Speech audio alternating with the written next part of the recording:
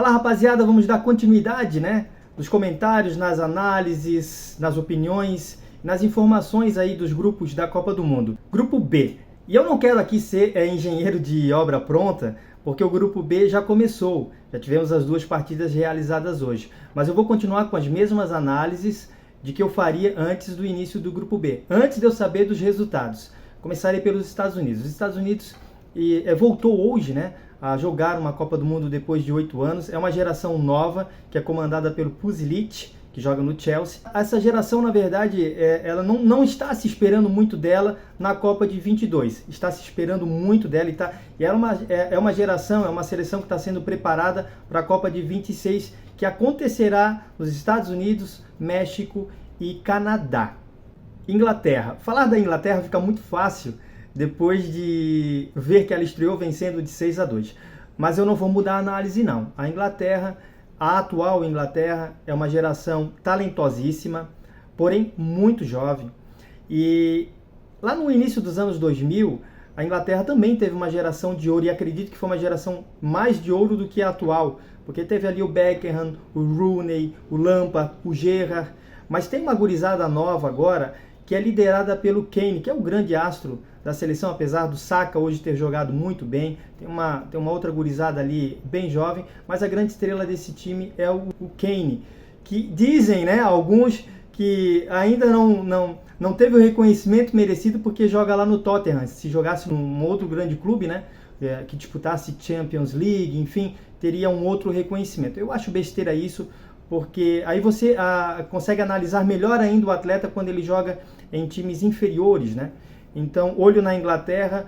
A galera já está brincando, né, que a Inglaterra começou a iludir de novo o torcedor inglês, mas olho na Inglaterra. Não porque venceu o Irã por 6-2, mas é porque é uma geração nova e muito talentosa. Irã. Depois desse sapeque aiá que o Irã tomou da seleção inglesa, eu não sei se fica difícil, se fica fácil falar do Irã, porque o que eu falar aqui talvez é besteira, né, mediante tudo que nós vimos hoje contra a Inglaterra. Mas o Irã é uma das seleções mais tradicionais ali do continente asiático e tem duas grandes estrelas. Eu ia falar boas estrelas, mas são duas grandes estrelas ali para a região deles, que é o Taremi e o Azmoun. É difícil de falar, não vai surpreender e já começou tomando 6. É complicado falar alguma coisa do Irã. País de Gales vai brigar pelo segundo lugar no grupo com os Estados Unidos. Acredito que o primeiro lugar já é da Inglaterra. Volta para uma Copa do Mundo, voltou hoje, né, ao jogar após 64 anos, e isso premia o Gareth Bale. Ele conseguiu o que Ian Rush não conseguiu, do que o Ryan Giggs não conseguiu, que foi levar o País de Gales a uma Copa do Mundo. Quero falar ainda do grupo B, que é um grupo B muito interessante, com confrontos interessantes. Nós vamos ter ali um clássico, Inglaterra e País de Gales. Eu chamo que é o clássico da realeza, né? É um clássico real. E vamos ter Estados Unidos e Irã. E aí eu não digo que a rivalidade é dentro de campo. A rivalidade ali é política. Bora falar do grupo C, a Argentina. Uma Argentina que chega leve, depois de conquistar um título, a Copa América. É uma rapaziada aí que vai chegar, eu tenho certeza que eles vão querer jogar muito para que na última dança do Messi ele possa levantar o caneco, possa levantar o troféu. Uma seleção com poderio ofensivo absurdo, apesar de eu achar do meio campo para trás uma seleção frágil.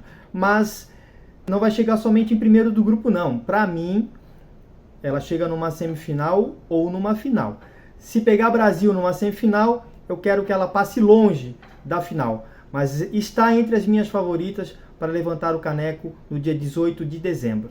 Arábia Saudita. Depois do que eu vi o Catar e vi do Irã, eu arrisco dizer que a Arábia Saudita vai ser apenas uma figurante na Copa do Mundo.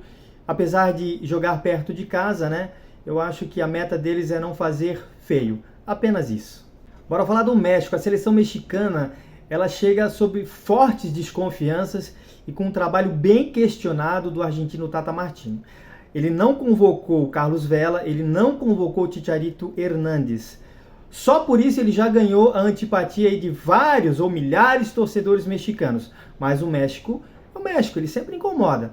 Não sei se vai fazer frente à seleção polonesa. Aliás, a Polônia, de 1974 até 1986, ela fez boas campanhas em mundiais.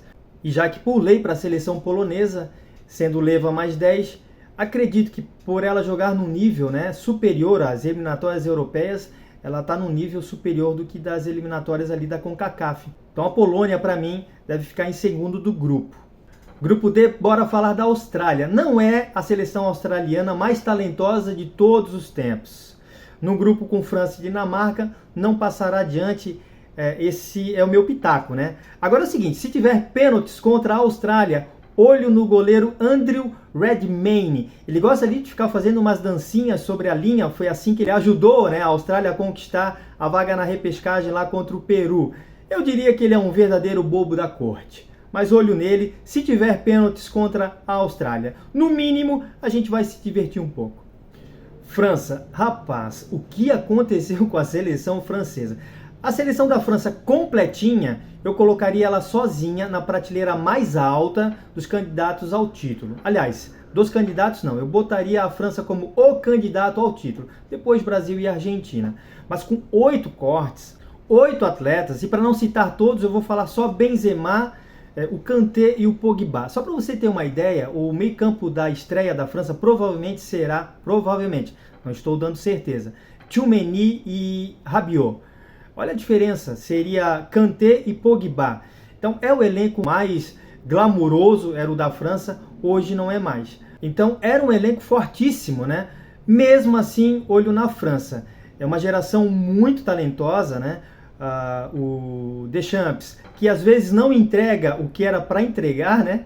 Ele não convocou, lá na primeira, né? Ele foi criticado por convocar só 25, depois com a lesão do Kimpembe, ele convocou o 26º jogador, e com a lesão, com o corte do Benzema, ele não convocou mais ninguém, se chateou, né? Mas olho na França, mas já não está mais sozinha na prateleira de cima dos candidatos ao título. Dinamarca, longe de ser aquela Dinamarca de 1986, mas é uma das seleções europeias que mais tem crescido nos últimos anos. Mas para mim, sinceramente, no máximo aí deve chegar umas quartas de final, não mais do que isso. Tunísia, sem muita enrolação, sem muitas expectativas, o grande feito foi chegar na Copa do Mundo e talvez o grande feito será tentar complicar um pouquinho mais a partida para os seus adversários, não mais do que isso.